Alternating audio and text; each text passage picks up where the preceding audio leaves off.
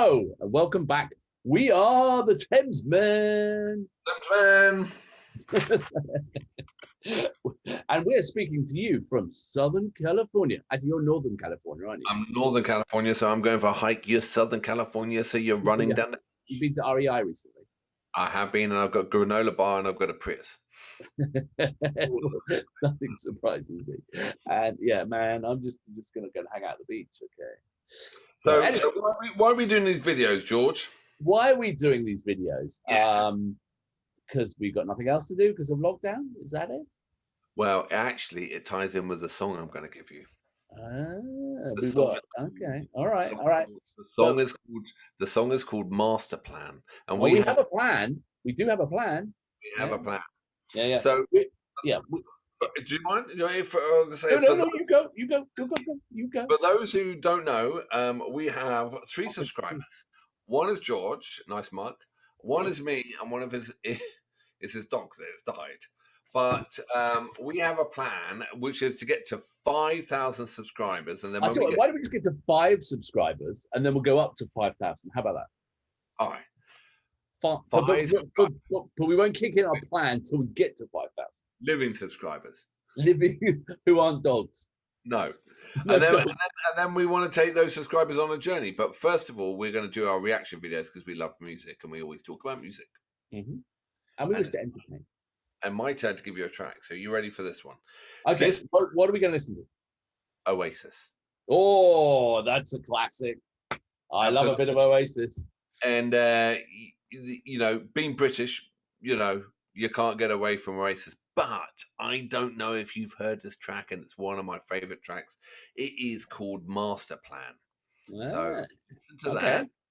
Come back. Tell me if you heard it before, and we'll chat about it. I'm looking forward to this. I love a bit of Oasis. I'm a sucker for Oasis. All right. Adios. Bye-bye. Bye. Yeah, bye-bye. Bye. Okay, we're on our own now. Let's get some Masterplan, shall we? Let's get some headphones on. Let's see how this works. So give me a second. Do like a bit of Oasis. Get on with it. Come on, get the count in. Where is it? Still got a bit more volume on this one, I think. It is 2, 3. Oh yeah, full volume.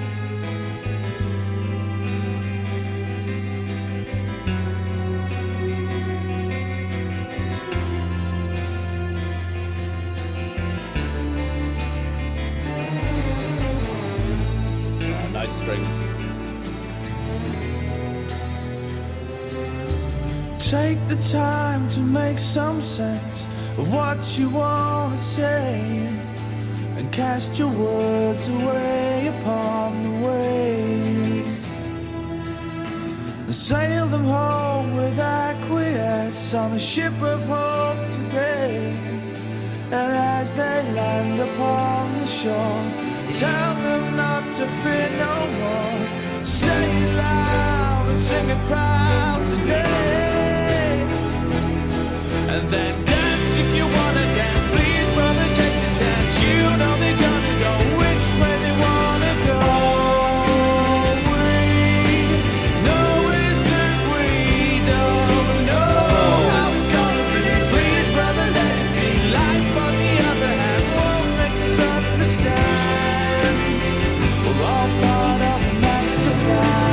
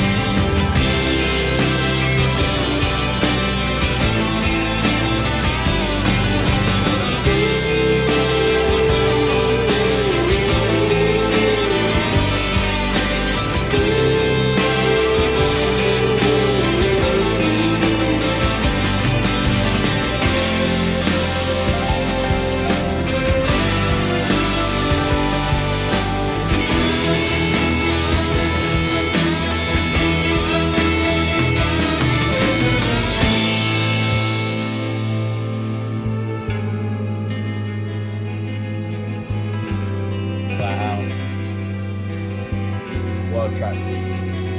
That's amazing.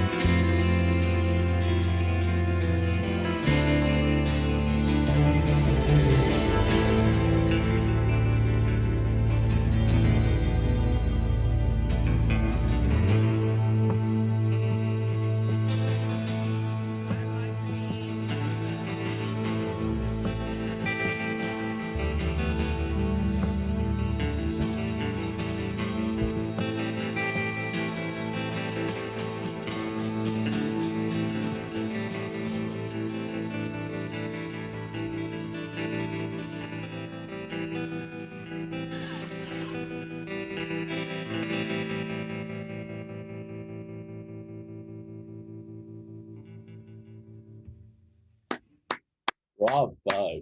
Freaking amazing. All right, let's go get Alex back. That was, I love that. Hey.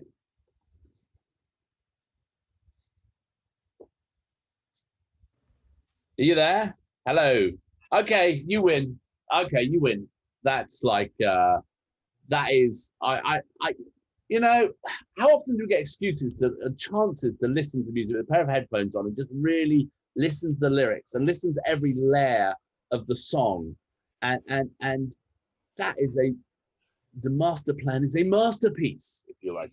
But do you know what the most amazing thing about that song is?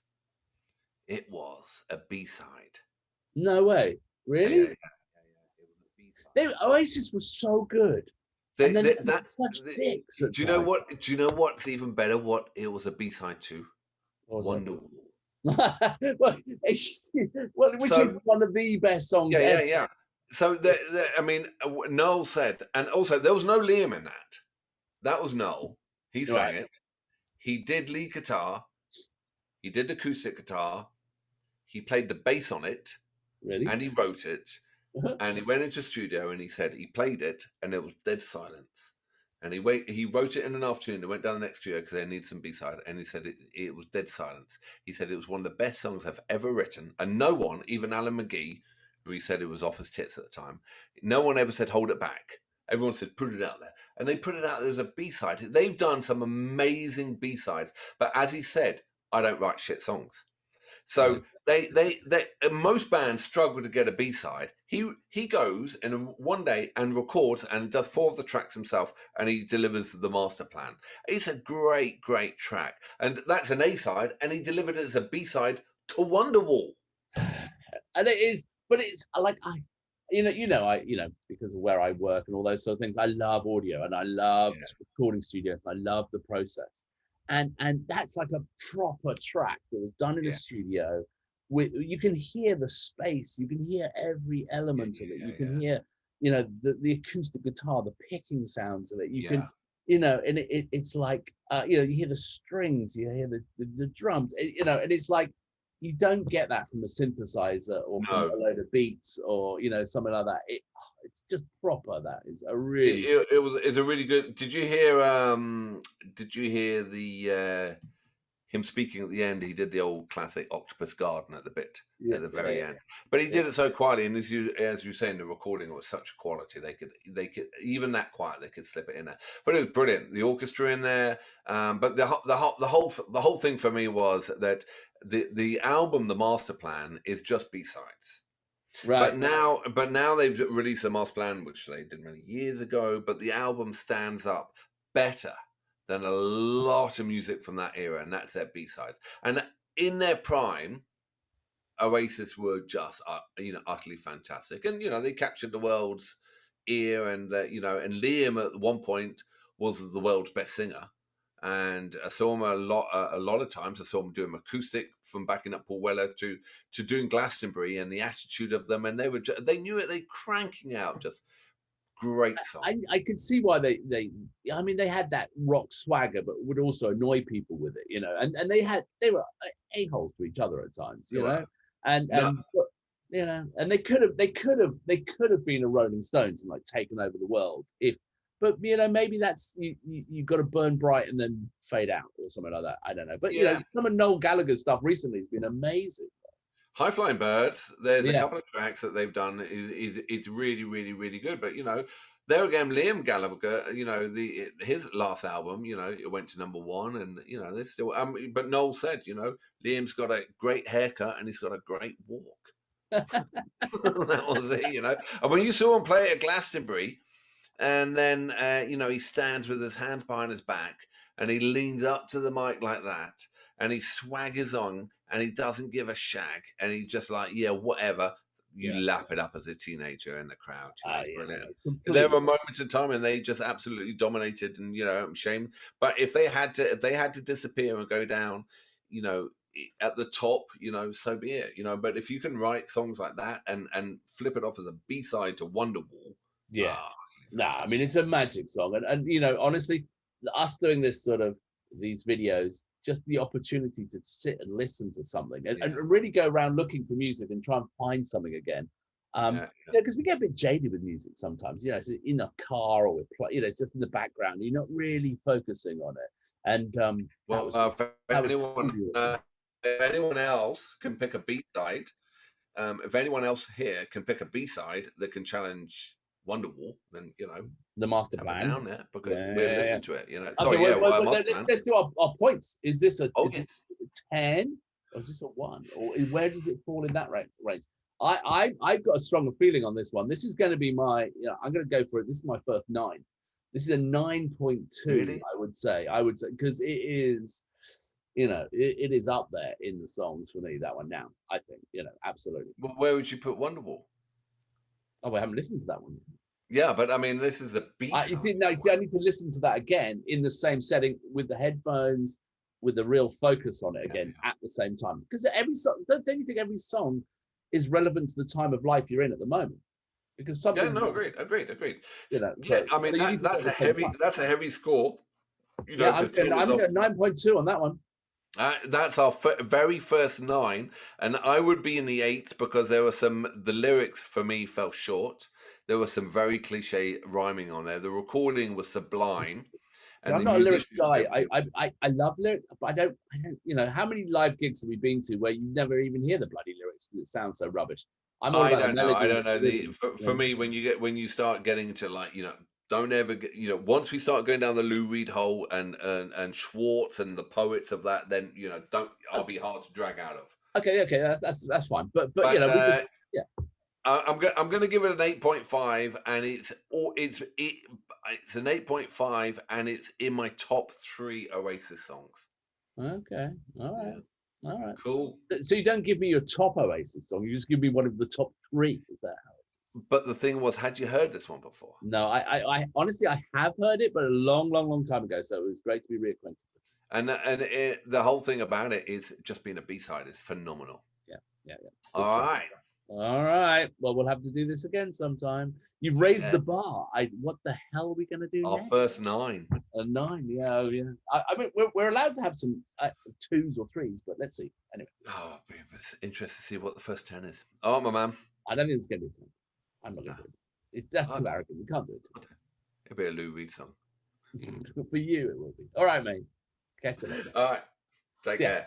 Bye-bye.